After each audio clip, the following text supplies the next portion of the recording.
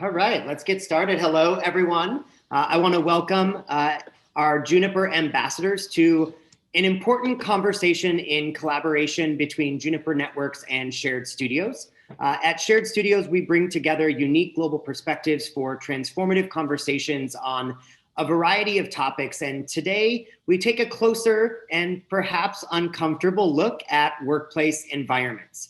Workplaces are often sites of competition, a collection of talented employees all competing for the same promotion opportunities, vying for recognition from their supervisors, and working to prove their expertise in their fields.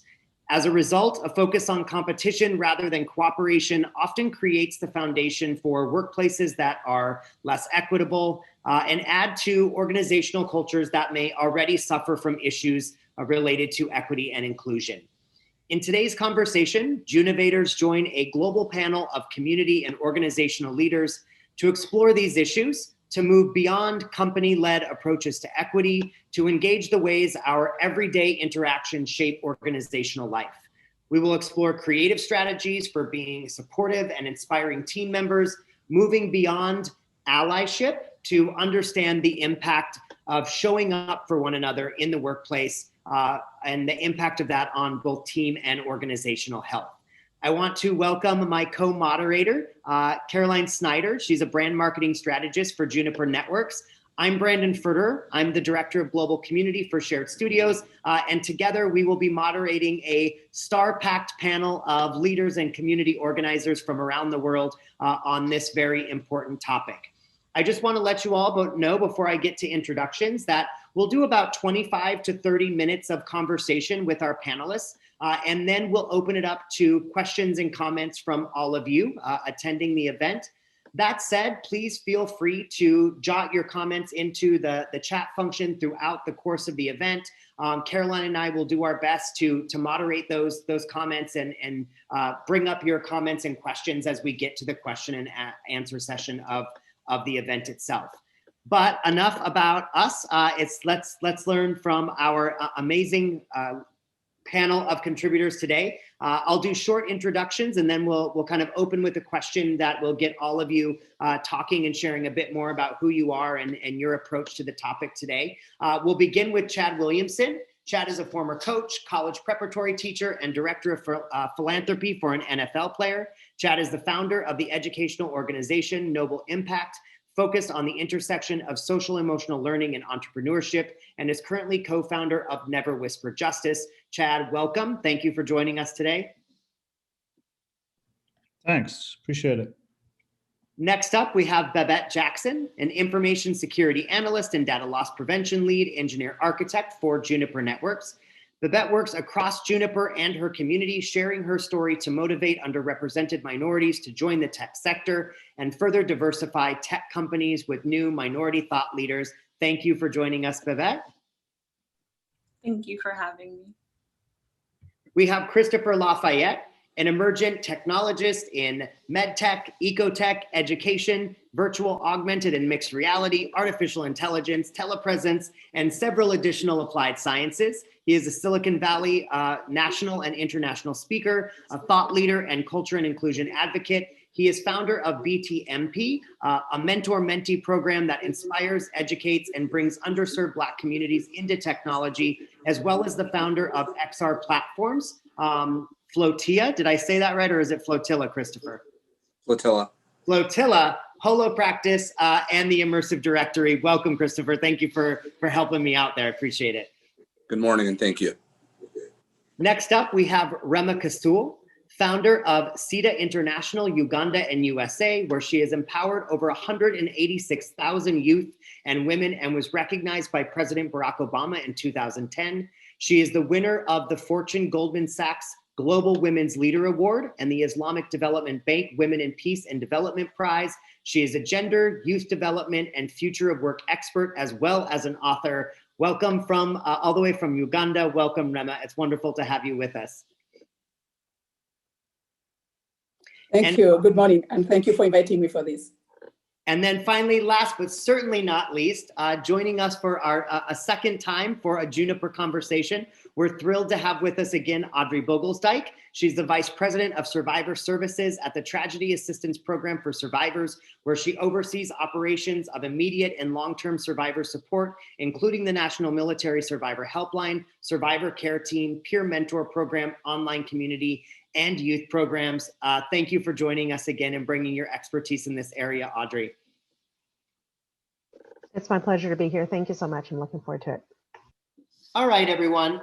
I want to start with this word that I think we've heard particularly over the course of the last year and the events that have occurred both within the US and internationally of allyship. And I think that many thinkers and cultural advocates agree that the word itself is less about kind of declaring one's intentions and more about concrete and practical actions. A recent article in the Harvard Business Review called Be a Better Ally suggests that allyship is, and quote, a strategic mechanism used by individuals to become collaborators, accomplices, and co-conspirators in fighting injustice and creating equitable work environments. I really like those words, collaborators, accomplices, and co-conspirators. And I'm wondering if each of you could just tell us a little bit about you and about your work so that our ambassadors get a better understanding of who you all are. And then if you could just kind of let us know, what do those words mean to you? What does, maybe not allyship, but this notion of being a collaborator, a co-conspirator, or an accomplice, what does that mean for you in the work that you do? Christopher, why don't we go ahead and start with you?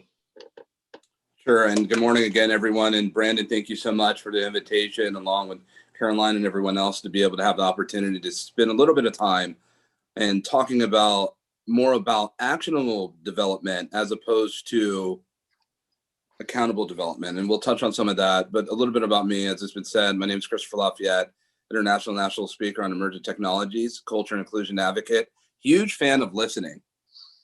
Although many of us sit here and we go and we talk, I tend to benefit more from listening. I was always raised 2 ears and 1 mouth, candidly. Listening, survey the land, and then take a look inside.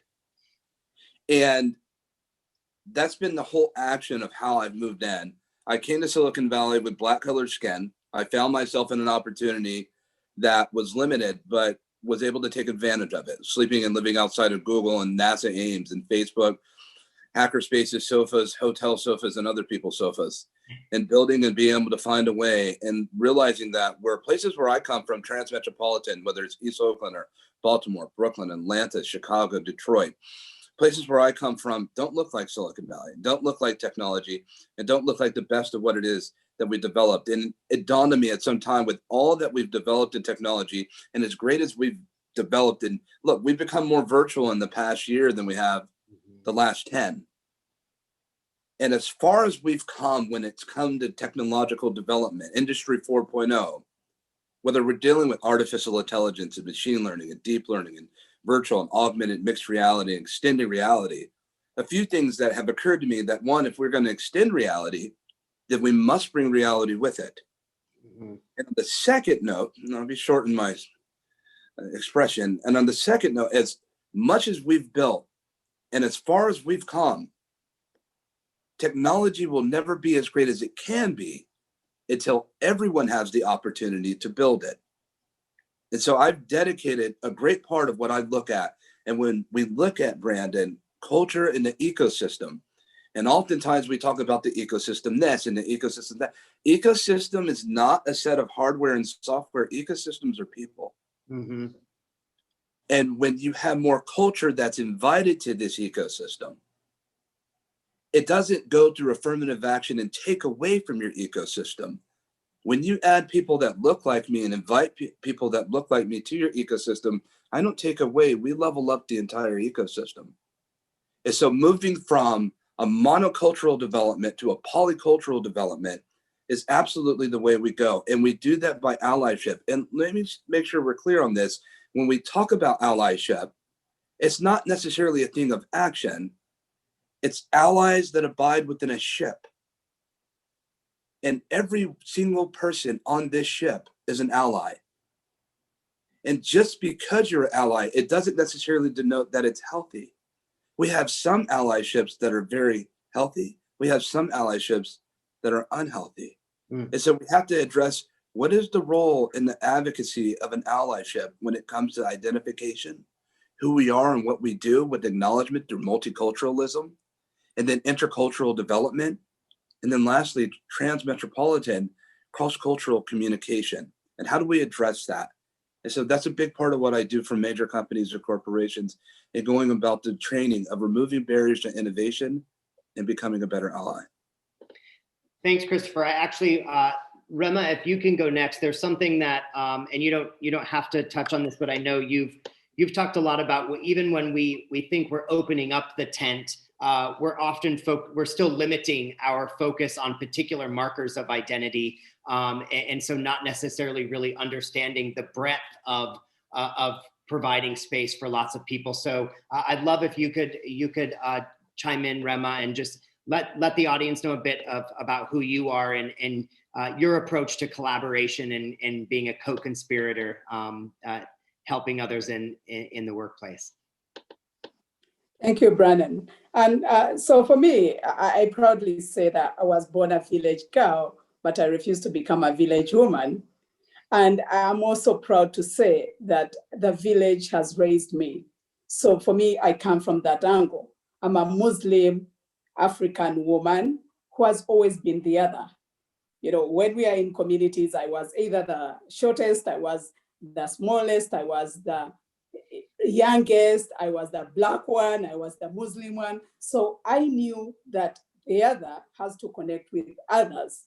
And that's what I do. So what I do really, for me personally and in my community, I've realized that we need to collaborate on everything we do. And I have best principles and philosophies I use. First of all, Desmond Tutu is the one who said, I am because we are. And for me, that's so critical, because you can never walk alone. You have to take others with you so that you go far. That's one. Secondly, and how I use my voice is really to amplify other women's voices, because I know for sure that I can't be the only candle in the room. I need other candles so that I share my light, and together we create better light and more heat. And that's the movement I tell women across the world, for women to mentor other women to excel. So as a woman is going up, pick another girl, pick another woman. And with that, it brings out collaboration more than competition. I know we still have a long way to go, but for me, I come from those best principles. And lastly, for me, I wanted to touch on something Christopher said. Really, everyone talks about diversity and inclusion. However, we need to also emphasize belonging, because they say that diversity is being invited to a party, inclusion is being asked to dance, but belonging is being left to choose the music. So many times, corporations, especially major corporations, do all these diversity and inclusion programs, and they look at it as an event or a program. But for me, I say we need to see it as a lifestyle, so that we think about compassion, we think about dialogue, we think about understanding each other. And I give a practical example all the time. As a Muslim woman, I go to a place and say, I need a prayer room. And everyone looks at me like, what do you mean? It's because they are not aware of who I am and what I need, what I bring to the table. They know nothing about a Muslim needs to pray 5 times a day. So dialogue will bring in that. But I really want to emphasize that for me personally, if I've seen further, is by standing on shoulders of giants. So you can't be alone. You need to stand on shoulders of giants. Isaac Newton said that so many years ago, even up to date, is still relevant. We need giants, we need to work together, we need to collaborate. Thank you, Rema. I love this idea of it being a lifestyle as opposed to just an approach. It's the way that we live and the way that we interact with one another. And I think that's really what we're hoping to engage today, is what are the ways, and you have already offered us some very practical strategies, how we can engage one another in our everyday interactions to create more equitable spaces. Chad, how about you? Could you let the audience know a little bit more about your work and then talk about collaboration and being a co-conspirator? Sure, thanks. I was introduced to Juniper because they decided to support our film Black Boys, and so I'm happy to be here because of their commitment to their I&D work. I'll be real quick. Honestly, I asked, along the way of our production of Black Boys, which took us about 3 years, we did a lot of listening, to Chris's point, and we learned a lot. And one of the things I learned is directly related to my question that I asked Sharif El-Mekki, who's one of the characters in our film, like, how should I be an accomplice, right? And so he gave me 3 significant things that I'd like to share. One is don't hoard the resources, right? That privilege gives me. So even my contacts, right? How do I share my contacts? How do I connect people that might not be connected? Because I was born with connections, ultimately, right?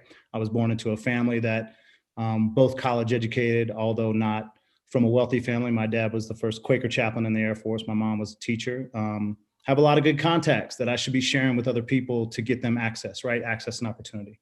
The second one is you got to check some chins, right?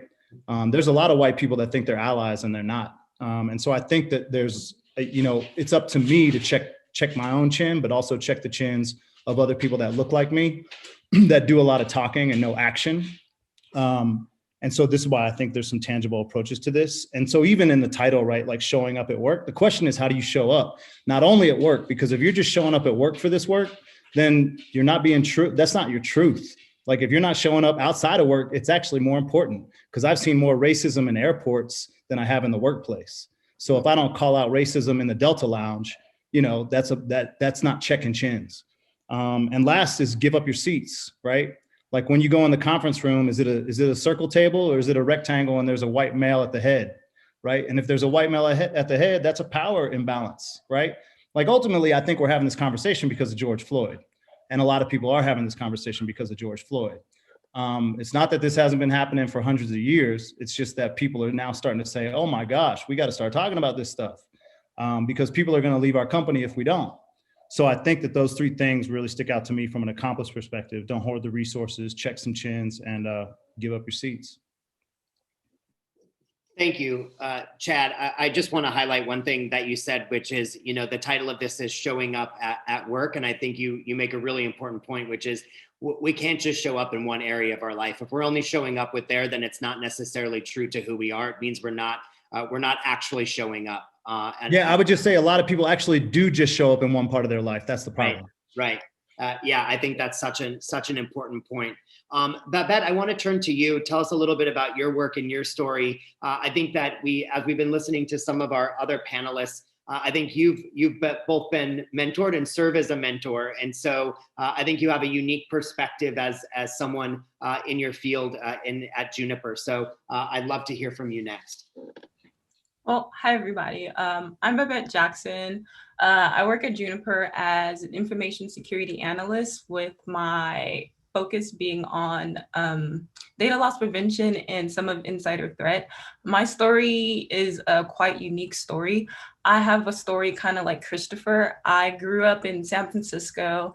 I came from like the poor background. I went to one of the worst middle schools in San Francisco, but through like academics and sports and scholarships, I was able to go to one of the best schools in San Francisco. It was a private school.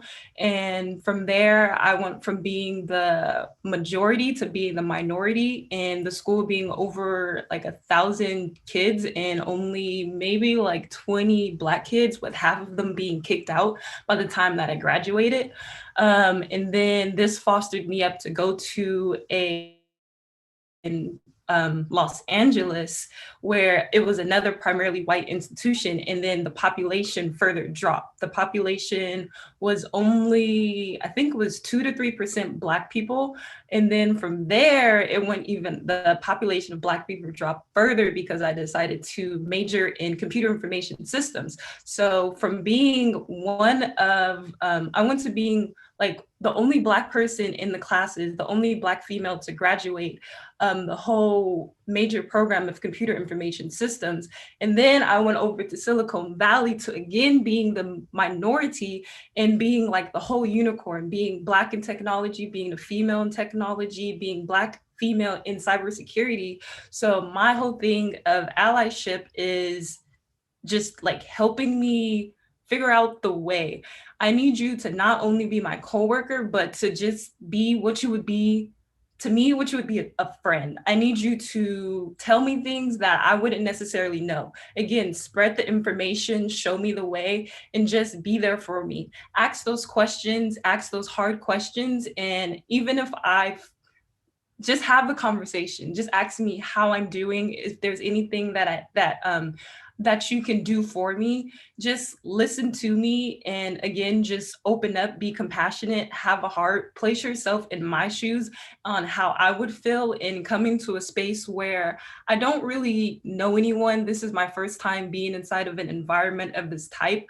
Again, I'm just here because I want to do better. I want to see a change, and it's not just for me. I'm doing this because once I get to the place where I want to be, even right now, I'm reaching my hand down and I'm constantly bringing up people. I'm constantly creating a ladder so people can shift and create this path that I'm on with me. So again, I just need you to be a friend, be a leader, and not only just say you're doing a change, but actually do the action of being the change that you want to see in the world and in yourself too. Thank you, Babette. And this, this is a perfect lead into Audrey. Audrey, I know that you come to this conversation as someone who wouldn't claim to be an expert in allyship, but you do have a certain expertise coming from TAPS in helping people really support one another. And I think Babette was just speaking directly to the type of support that she as a Black woman in tech would like to have from the people around her, the type of support that she's offering to those who she's helping to, as she said, bring up that ladder. I'm wondering if you could talk a little bit about, first introduce yourself and let people know who you are, but if you could talk a little bit about how do we create some of those kind of supportive environments? What are things that you've learned in your work that we might translate into some of this kind of difficult work that people are, as Chad said, finally facing?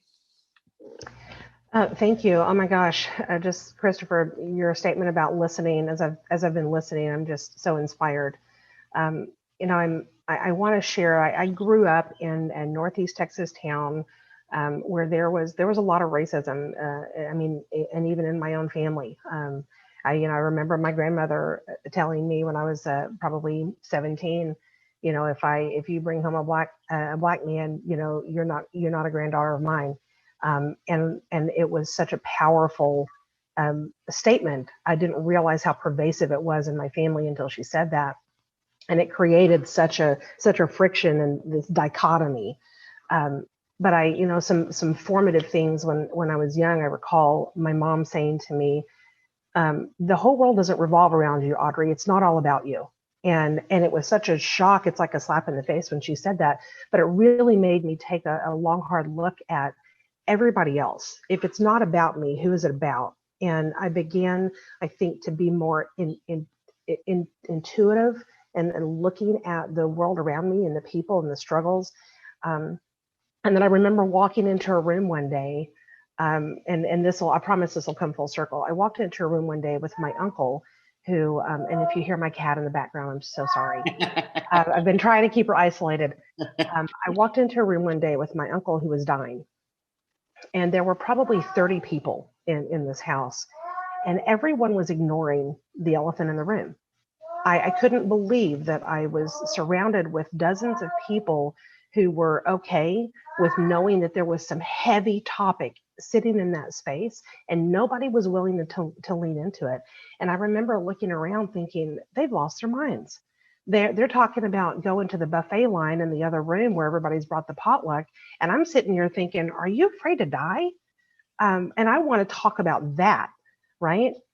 So they left the room. And I sat down. I was 13. I sat down with my uncle and I asked him that question, are you afraid to die? And just explored his answer. And I wanted to give him an opportunity to say out loud whatever he was holding on to. And that is a theme that I have carried with me throughout my life.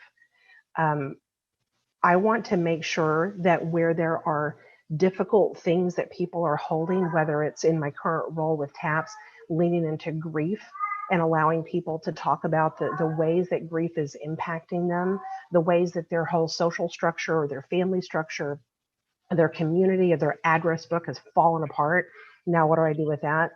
I want people to be able to feel safe to say those things out loud, because the things that you can't say out loud hold power over you. And I want to be a place of safety where where I want to know so desperately what your perspective is, because I grow from that. I want to know your perspective so that I can learn what I don't know, because I need to acknowledge and humble myself enough to say, I don't know everything, and it's not all about me. So what can you teach me about your experience? And how can knowing about your experience make me a better person? And how can I be, like Chad was saying, how can I, not just at work, but how can I be more aware of all of the people around me and what their experience is, so that when I walk into a space, whether it's at, McDonald's, where, where the cashier is refusing, looking past a black man to ask for the person behind them, hey, can I take your order? Which happened to my sister, and we had a huge discussion around it. How can I take those everyday moments where I have an opportunity to speak and have my voice heard and stand in that gap for someone who is essentially being abused? How can I be an ally for that person and let it not be okay that they're being treated that way? Yeah, Audrey, this actually comes full circle, and I want to bring it back to Chad here, based on something that Chad said in a previous conversation that we had, and I think it came up in Babette when you were speaking as well. Is a lot of this is exploring whose work is that. I think it's become clear from our conversation so far that listening is a huge part of it, but in those moments, whose work is it? And Chad, I know that you've spoken a bit about this, and so I'm turning to you to talk a little bit more about whose burden is this, and how do we extend that burden away from the folks who often are left to have to continually defend quite frankly their humanity. I'll give it a shot. Before I do, there's a great guide online by Amelie Lamont called A Guide to Allyship. I think I shared that with you, Caroline. I'm not exactly sure, but one of the things that she says is that you should be amplifying voices that don't necessarily get amplified. So Babette, I want to be like true to the tangible. So I'm punching this in the chat, because if you don't know Babette, then you should read the Medium post, because it's dope. So yeah, the burden should fall on people that look like me, as opposed to people that don't look like me, because, there's a reason Joe Biden used the language of white supremacy in his speech that was never, ever used by a president in history, right? If we can't be honest about white supremacy in this country, like, it's funny, I was thinking about this, even watching The Crown, right? I don't know if you all seen The Crown on Netflix. So they would fly to Africa and do these huge trips, right? And everybody would be like, oh, it's the king or the prince or the queen. I mean, that was just an expression of white supremacy, right? And colonialism. It was just sort of crazy to think, like, we almost do it.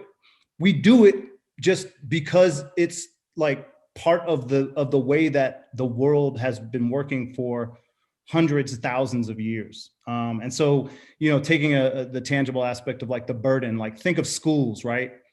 Who's the black man in the school that's a teacher, and all of a sudden he's not a teacher anymore, he's a disciplinarian, right? That's a burden on a black man trying to be a teacher.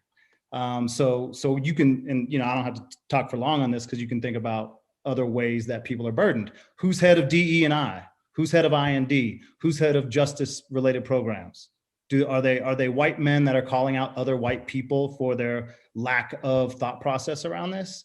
Or is it a Black woman that's pretty much getting crucified by all the white employees on how the diversity and inclusion office is doing their work? I think that needs to be talked about a lot. One of my good friends, Jamie Cassup, who was the chief educational evangelist at Google, actually will argue with you. He's Latino from Hell's Kitchen, New York. He said every DE&I person in America should be a white male to call out all the other white supremacy. And I'm not sure if I agree totally on that, but like I understand where he's coming from in that regard. And again, that's sort of that check the chins situation. So yeah, I hope that, I don't know, give it a shot. Yeah, and building off of that, Rema, I'd like to turn to you. In your work, you've really become a voice and really helped other young women find their voice and be able to, you've uplifted so many women and young people. And so I'm wondering, what you can tell us about, about that burden. How do we expand that burden out? How do we help people find their voices without necessarily meaning that they now have to be the sole person to speak, if that makes sense? Yeah, I know. It's interesting as Chad was speaking about that. I was just thinking about how people see gender, where people think gender is a woman's issue, whereas ideally it's a human rights issue. So all the burden, when people speak about gender, they turn it to a woman, and the gender desk is led by a woman, the gender division is led by a woman, whereas men should be the allies of that. If we need to have equitable and equal societies, even at the workplace and outside the workplace, we need to demystify that role of a gender person. The same applies to young people that I support, where for everything, and young people are really now speaking up to say, you know what, don't plan for us without us. Don't say, oh, we are planning for young people, the leaders of tomorrow. We are the leaders of today, so plan for us, and we need to be part of that plan. So really, most of the time, we pass on the burden to the minority, thinking it's your issue. You either amplify the voice about it, or it will never happen. So for me, I think it's about, are we willing to create more spaces of influence, so that when the minority has a space of influence, and we also acknowledge the burden, but also let them really elevate. We need to elevate their contribution. So that is not just a generic issue. We have to amplify, for example, women's voices and say, women are contributing this much to the development of the organization. So to the young women and men that I mentor, I really tell them to really, we prepare them to have the agency and the self-efficacy for them to know that I need to be here, and I'm here on merit. I'm not here because they see me as the other. I'm here because I deserve it. And once they have that and confidently believe in it, they take action.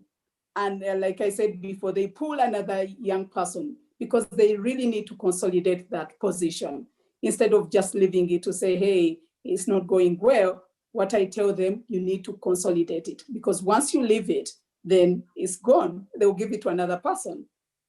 Mm.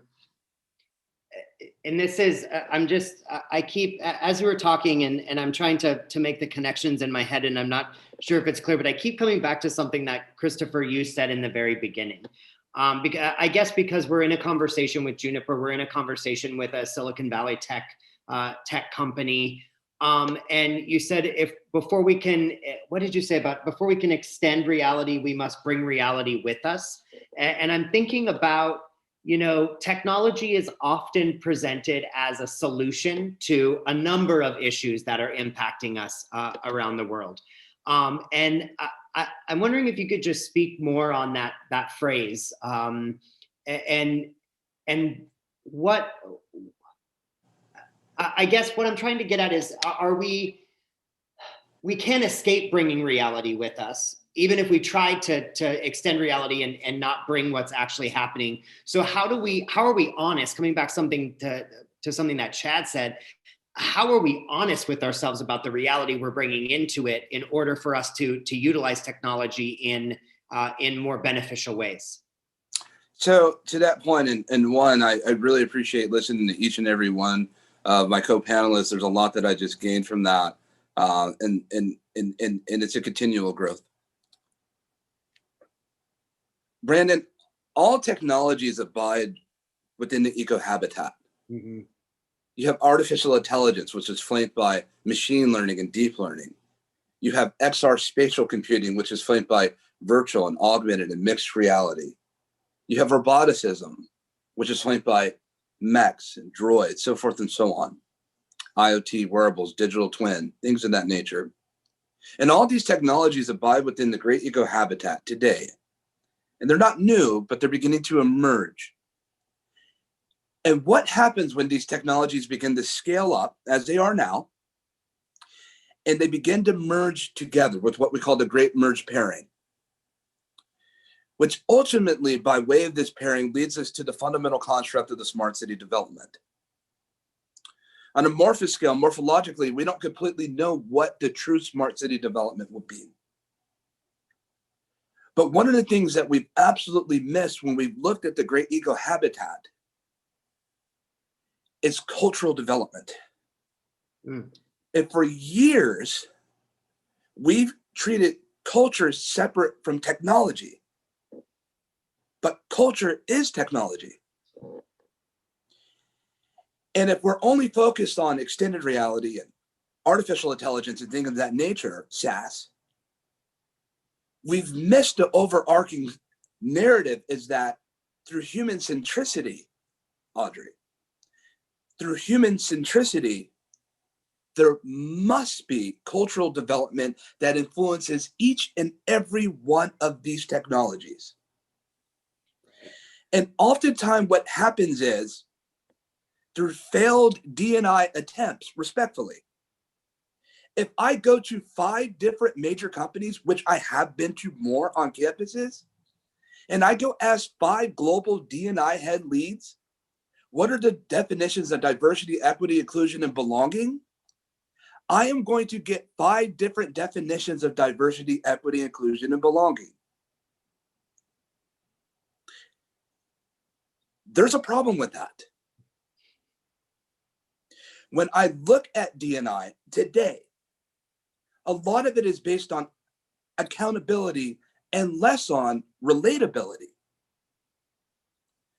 We need to move more towards multicultural development and relatability as opposed to accountability, and have appreciation that every single culture within the ecosystem matters, but not neglecting our severely marginalized and underserved culture communities that we have been ignoring for some time.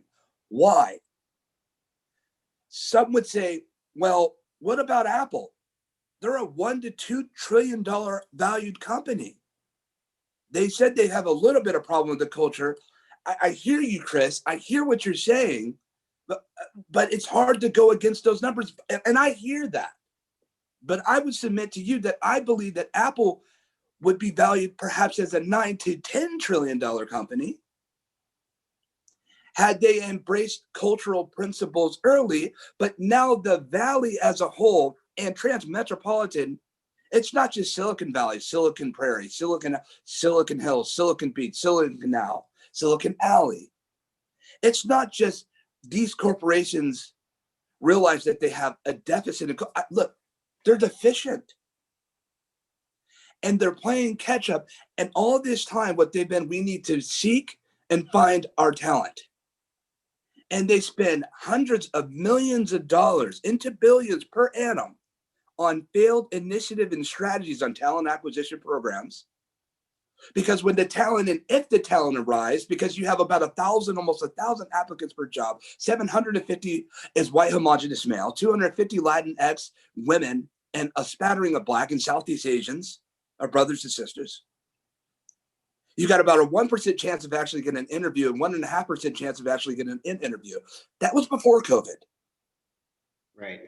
Now we find ourselves in the time of COVID where Sheryl Sandberg, CEO of Facebook, she just said, hey, we just hired 17,000 new people in 2020, and 17,000 people have never set foot on campus. Now we're talking about remote work distribution and product delivery teams virtually. And look, some campuses, Brandon, you never have to go back. Right. We have geographically and fundamentally shifted the way that we go about business. But here's the deal, and I'll say this and be done with it. We often talk about we need to be an ally external. And that's optical allyship, a lot of that. When we talked about virtual signaling. It is time for us to turn our eyes inward. It is time to remove the barriers to innovation. And the greatest barrier that you and I face towards innovation and allyship development is ourselves. Self-limiting beliefs. And it's time to be able to develop mentorship foundations. That's what we did with the Black Mentorship Technology Program. We took these people that I've been building with for all these years. What would happen, Brandon, if I took the women and men that I've been taught by in Silicon Valley and elsewhere, our hidden heroes, and paired them with our marginalized Black communities, our hidden geniuses? And what would happen if I took all of them, people that don't look like me, and people that do look like me, and brought and bridged them together in a bi-directional beneficial program to help bridge them together? And I did that with extreme vulnerability, Babette. And it took off. And it's growing. And it's growing strong. And so to Chad's point, but let me piggyback on that. Let's not just limit it. We're not here just for George Floyd. I am here because of George Floyd. I am here because of Ahmaud Arbery, Sister Breonna, Lily Ledbetter, Helen Keller. We're here collectively because we stand on those shoulders of these giants. But at some point, it is not sufficient just to black it out my social media page in solidarity. We must manifest what it is that we believe, and companies have to identify, Jennifer, that we must hire the people that we want to buy our products. You know, Christopher, you said there was a lot there that I think was really important. And one thing that you kind of kept coming back to, and just so for our attendees, please, we're going to open it up to questions right now from our attendees. So please feel free to put your questions into the chat. We've got a couple that I'll get to. I want to touch on something that you said about relatability and about the current moment that we're living in with remote work. I think that, and I don't know if you all share this same concern, but it's one thing to address, and maybe this speaks to, Chad, what you said earlier about it has to go beyond the workplace. But one of the concerns that I at least have is it's one thing to be able to change the culture of the work environment. But once people step outside of that culture, how are they behaving in ways that are continuing to create equitable spaces around them? And in a time when we're working remotely and we're no longer immersed in the culture of our organization, which may be doing a relatively good job at creating these spaces, I have concerns, and I'd be interested to hear about that if you, as you've been working remotely, and how are we creating spaces that are still promoting equity when those spaces are just our homes and we're disconnected from one another? I wonder what that looks like. I don't know. Anybody, Babette, I'm calling on you. Don't feel like you have to like you have to address that, but I'm interested in hearing all of your perspectives on, how are we creating these equitable environments when these environments are essentially distributed now? I mean, for me personally, it starts on a smaller scale. It starts with your team. If you're a manager, have those conversations, ask everyone, how are they doing? If you see something that is of concern, be able to be vulnerable. Like from leadership has to be vulnerable to get that trust, to create a vulnerable environment. And then even in, what is it called? In Juniper, we use like the different pages to communicate. I know when it was the start of COVID and then we had all the George Floyd things going on, it was a person commenting on there. He was from like a different country and he didn't understand why all the rioting was going on. And me being Black and being everything that was happening at that moment, it kind of irritated me. It kind of like picked my nerves a little bit because he didn't understand why all the rioting was going on and the whole idea saying that all cops aren't bad cops. But then I had to make that decision. Do I want to stay in my place and just let that be and let him keep that same way of thinking? Or do I want to take that initiative and try to explain everything? But even before trying to explain everything, I have to calm myself down because one, I have my own cognitive biases. I have my own prejudgments. I have my own anger, and I can't release that on the person. I have to help them understand. But before helping them understand, I have to understand why that angered me. So in all of that happening, you have to listen and you have to be able to communicate in a way that doesn't show anger, but in a way that shows passion, in a way that shows compassion. So again, just listening and being open and understanding that not everyone has the same mindset as you. Not everyone thinks the same way as you. Not everyone grew up in the same background as you. So you have to understand people are going to think very differently from you. And it's like you can't persuade them to think the way that you think. You can only persuade them on what you think is your opinion. So just listen and understand people think differently from you, but everybody wants to listen and everybody wants to be heard. Just treat people as human and just remember everything comes from the core of love. Treat people the way that you would want to be treated and always place yourself in their shoes when you're speaking to them. And then once you do that, you'll always find that it's easier to speak because you're giving the same respect for that person that you would give your own self. Brandon, can I comment on something? Please. Babette, you brought up from me, very frequently when we're dealing with grieving people, they're angry. Something that they lost their loved one, they're angry. They don't know where to put that. And a lot of the work, most of the work that we do is remote. We're on the phone, we're calling people, we're having conversations. And these are first introductions to people we've never met before. We may or may not even have an awareness of the color of the skin of the person we're on the phone with. We're just having a conversation about the loss and where you are with that.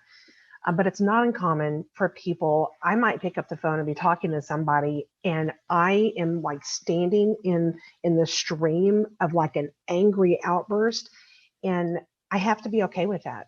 I have to know that what they are needing to release, that pressure valve, it's not about me.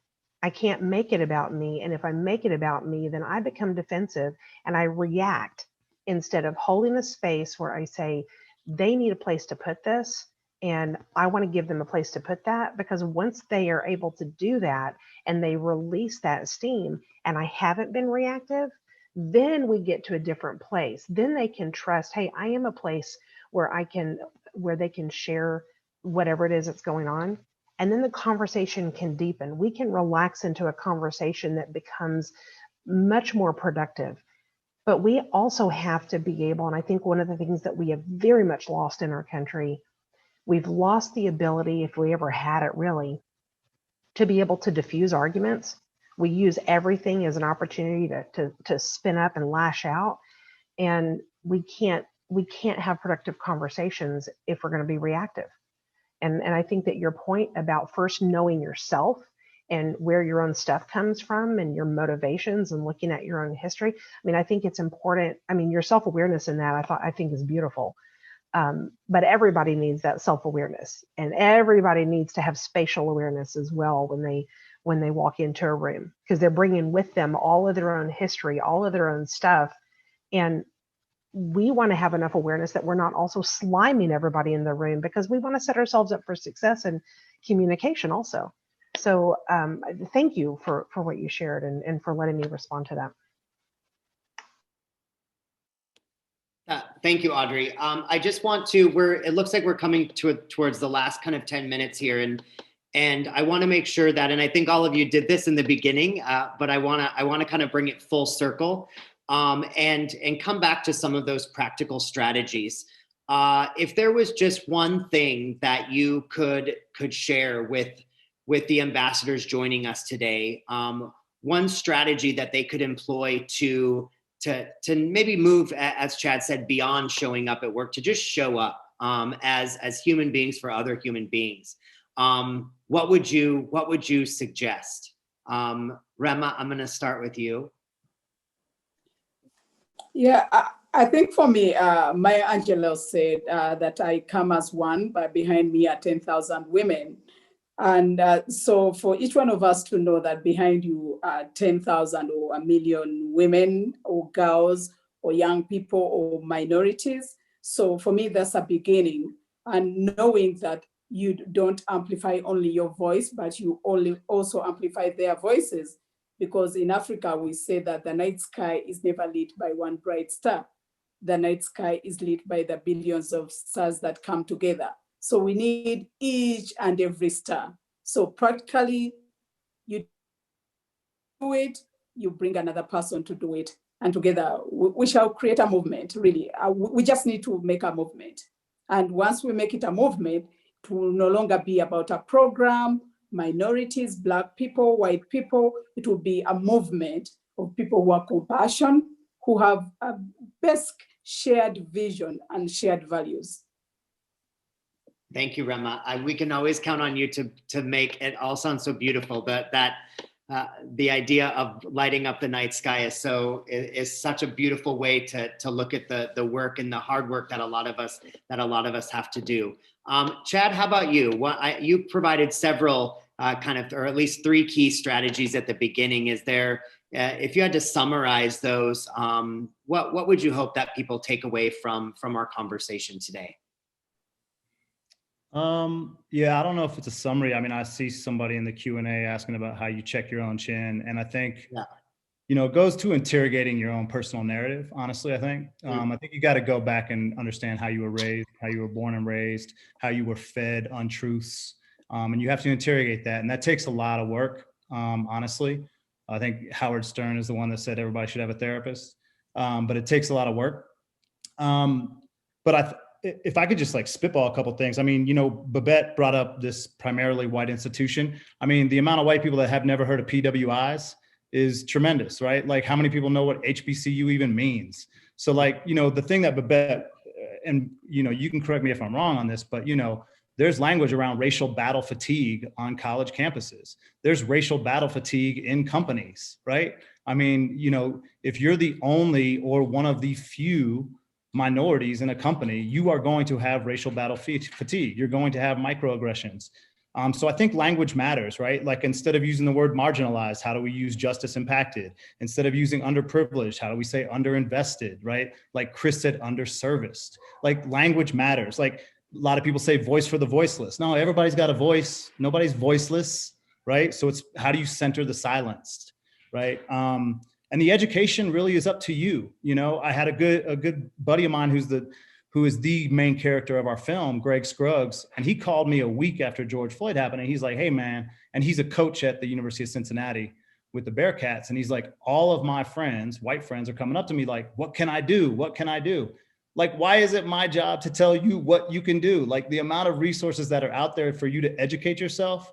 Like, I was watching All In by Stacey Abrams today. Like, there's films, there's books. Like, what books do you have on your shelves at home, right? This is the windows and the mirrors thing. If you're constantly looking in the mirror and all you see in your house on your walls is art and quotes by people that look like you, right? Like, when we talk about innovators, the majority of people say Mark Zuckerberg, Bill Gates, Elon Musk. Guess what they all look like, right? No one says Tristan Walker, right? So these things matter. And so I think the do's and don'ts in that guide to allyship. Another person put in the chat about vulnerability. I think Brene Brown's great. I think the vulnerability aspect is great.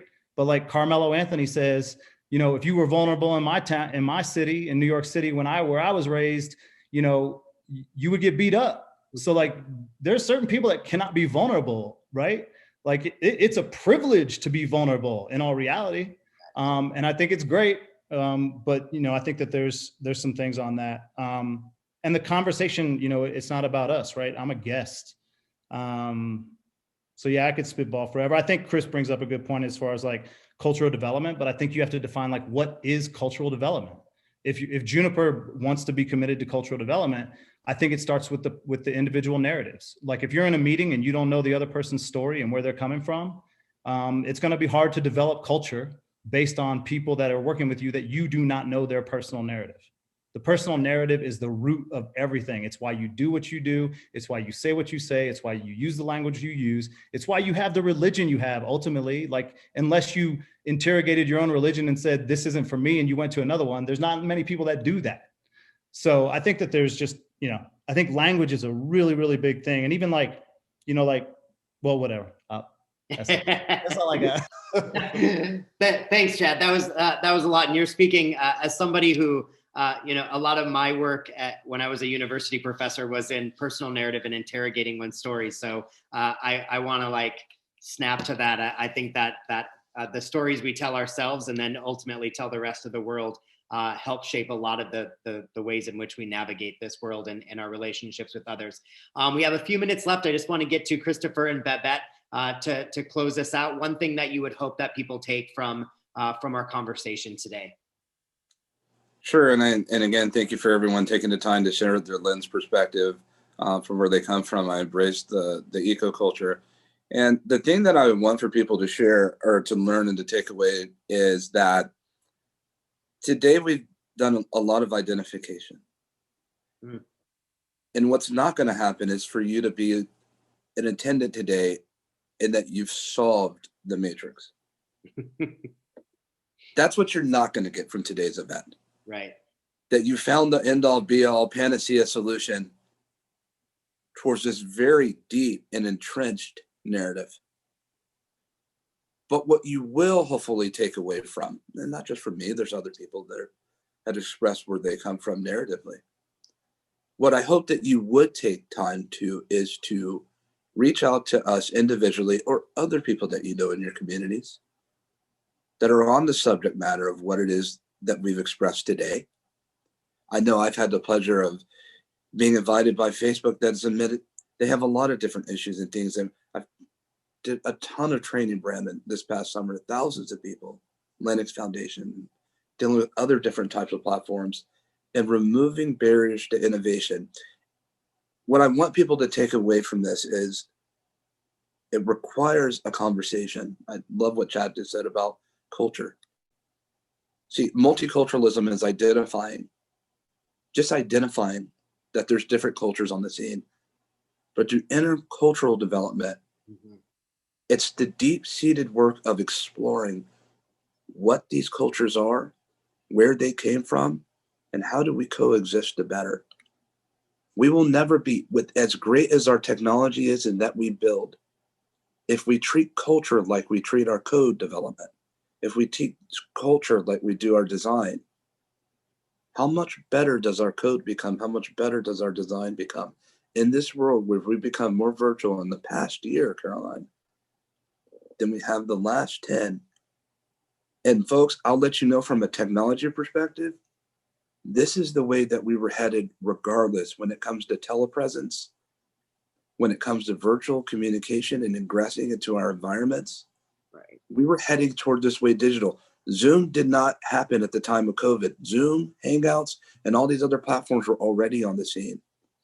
If we already had such a disadvantage in communication culturally before COVID, we had absolutely better tackled this now. And now we have the opportunity, because when Mr. George Floyd got killed, what you weren't going to do is saying, man, that's screwed up. All right, I have a wedding to go to. Man, that's messed up. Hey, I've got dinner at 8. COVID has put us on halt. And now we're dealing and looking at things that we have been turning blind eyes for so long. And now we must deal with it. And so we are. Thanks, Christopher. And Babette, you get the last word today. Oh, I'm going to keep it short and simple and just say that I want everybody to understand. My favorite quote is to never stop learning because life never stops teaching. And the idea of always be a student, but always be a teacher and always continue to grow because it doesn't stop. You keep growing and you keep growing and you keep learning and you keep adjusting and you keep configuring. And that's how you get the best out of life. You just understand that just continue to grow, continue to put in the work, continue to ask the questions. It's going to be hard. It's going to be confusing, but that's life. Life's going to be challenging. And that's the best of it. Thank you. Audrey, any last comment before we go? I'm just humbled. I started this conversation telling you, Brandon, that I'm humbled to be in this group of people having this conversation. I continue to feel that way. And I think that it's important to continue the conversation, to never be satisfied with the status quo, be willing to have hard conversations and shine light on others so that those who don't often get brought into the light have that opportunity. Babette, to your point, to be reaching back and grabbing the hand of another who needs to be lifted up. Thank you for that. And I just want to say thank you to all of you for joining. Again, I know that we just barely were able to scratch the surface here, but I'm really grateful to have all of your insights and your expertise. I shared some of the articles that Chad was gracious enough to share with both Caroline and I as we prepared for this conversation in the chat. I think we also shared with the group Babette's Medium article, so I encourage you to check that out as well. Thank you all for joining us, ambassadors, and especially thank you to the attendees. And I just want to leave on Rema's beautiful quote, which is the night sky is lit by all of the stars, not just a single one. And so thank you for all of you for sharing the brightness of your stars today with this group. Have a wonderful rest of your day, whatever time it is where you are. And thank you all for joining us today. Thank you.